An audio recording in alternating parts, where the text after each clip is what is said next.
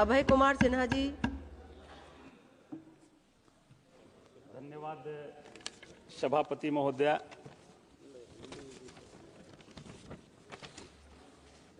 धन्यवाद सभापति महोदया, आपने हमें बजट पे चर्चा करने के लिए समय दिया। मैं सरकार के इस बजट के विरुद्ध में बोलने के लिए खड़ा हुआ हूं। सभापति महोदया, यह बजट 2014 के अच्छे दिन और अभी अमृत काल और 2047 के विकसित भारत की बात सपने जैसा दिखता है। महोदया, इस बजट में देश से महंगाई कैसे दूर होगी, देश से बेरोजगारी कैसे दूर होगी, देश से गरीबी कैसे दूर होगी और देश में किसानों की हालत कब सुधरेगी, इस पर कोई ठोस नीति इस बजट में सरकार का नहीं दिखता है। महोदया, किसान की आय 2022 तक दोगुनी होनी थी, लेकिन हकीकत में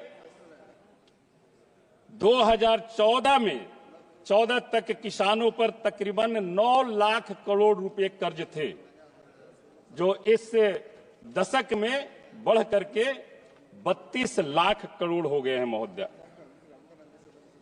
महोदया, बिहार की अर्थव्यवस्था का 22% कृषि पर आधारित है और 76% बिहार के लोग प्रत्यक्ष या अप्रत्यक्ष रूप से कृषि पर निर्भर करते हैं और सिंचाई की 48 योजनाएं बिहार की लंबित है। महोदया, ये चिंता का विषय है। महोदया, पिछले एक दशक में 10 वर्षों में एनसीआर के डाटा के अनुसार 1,12,000 से भी अधिक किसानों ने आत्महत्या किया। महोदया, इस पर जवाब देना चाहिए सरकार को। आपने आय दोगुना करने की बात कही थी और आज 1,12,000 से भी अधिक आपके शासनकाल में हमारे किसान आत्महत्या कर रहे हैं। हम महोदया, केसीसी की ऋण जो 3 लाख से 5 लाख बढ़ाने का काम सरकार ने किया है, हम उसका स्वागत करते हैं, लेकिन इसको इंप्लीमेंट आप कैसे करेंगे? अभी 32 लाख करोड़ जो किसानों पर कर्ज है, कोई किसान 50,000 रुपया कर्ज लिए हैं और महोदया चक्रवृद्धि ब्याज उस कर्ज में लगती है। जो 50,000 किसान लिए उनको किन्हीं का 2.5 लाख हो गया है, 5 लाख हो गया है। जो 1 लाख लिए, 2 लाख लिए, किन्हीं का 7 लाख हो गया है, किन्हीं का 8 लाख हो गया है चक्रवृद्धि ब्याज लगकर। और जब तक इन किसानों का, जब तक वो ऋण नहीं चुकता करेंगे, तो मैं समझता हूं कि ये 3 से 5 लाख जो आपने किया है, मैं समझता हूं इसका वो लाभ उन्हें नहीं मिल पाएगा। इसलिए हमारी आग्रह होगी कि अगर ये सरकार सच्ची हितैषी है किसान की, तो या तो उनका ऋण माफ करे, अगर ऋण नहीं माफ कर सकते हैं तो कम से कम जो किसानों पर जो ब्याज लगा हुआ है उस ब्याज को माफ कर दीजिए और मूलधन आप उन्हें जमा करने के लिए कहिए। तो मैं समझता हूं कि किसान के लिए ये एक सरकार की अच्छी पहल होगी।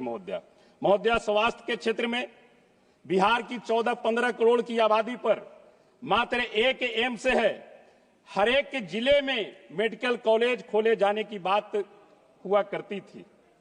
मेडिकल कॉलेज हर एक जिले में तो नहीं खुल सकी महोदया, लेकिन इनकी भाजपा की हाई प्रोफाइल पार्टी कार्यालय देश के सभी जिले में खुल गई, लेकिन देश के सभी जिले तो मैं नहीं कह सकता हूं, बिहार के हर एक जिले में मेडिकल कॉलेज की स्थापना नहीं हो सकी।